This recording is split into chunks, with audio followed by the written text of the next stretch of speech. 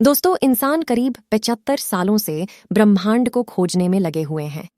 हमारा सबसे बड़ा उद्देश्य कोई ऐसा ग्रह ढूंढना है जहां जीवन बसाकर हम उसे अपना दूसरा घर बना सकें। लेकिन क्या होगा अगर वह ग्रह पहले से ही किसी एलियन प्रजाति का घर हो? कुछ कॉन्स्पिरेसी सीरीज की माने तो इंसान और एलियंस का आमना सामना काफी समय पहले ही हो चुका है। कहा जाता है कि नासा के अपोलो मिशन के दौरान एस्ट्रोनॉट्स ने चांद की अंधेरी दुनिया में एलियंस को देखा था, लेकिन इस बात को आम लोगों से छुपा दिया गया था। अब नासा ने ऐसा क्यों किया? और क्या है चंद्रमा से जुड़ी वो डार्क सीक्रेट्स जो स्पेस एजेंसीज हमसे छुपा रही हैं? जानेंगे धरती से चांद तक के इस रोमांचक सफर के बारे में, और चांद पर एलियन होने के दावे में कितनी सच्चाई है। इन सभी सवालों का जवाब आपको इस वीडियो में देखने को मिलेगा। तो चलिए वीडियो शुरू करते हैं। दोस्तों, चांद हमारी पृथ्वी से 3,84,400 किलोमीटर की दूरी पर स्थित है, और अगर हम सीधा रास्ता पकड़ते हैं तो इसी दूरी के आसपास हम चांद की सतह पर पहुंच जाएंगे।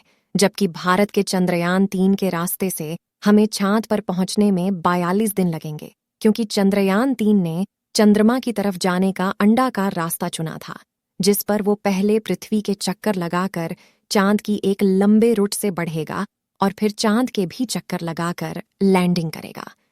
हालांकि यह रास्ता काफी किफायती तो है, लेकिन इसमें हम एस्ट्रोनॉट के लिए बहुत खाना, ऑक्सीजन और पानी की जरूरत पड़ेगी, जिसे स्टोर करने के लिए बड़ा स्पेसक्राफ्ट चाहिए होगा।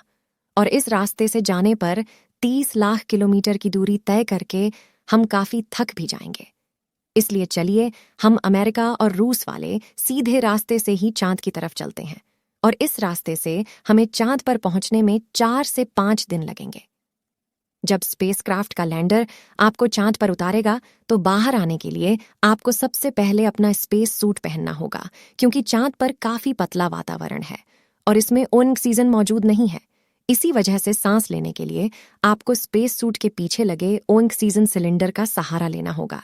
स्पेस सूट पहनने के बाद जब आप चांद की सतह पर कदम रखेंगे तो खुद को काफी हल्का महसूस करेंगे।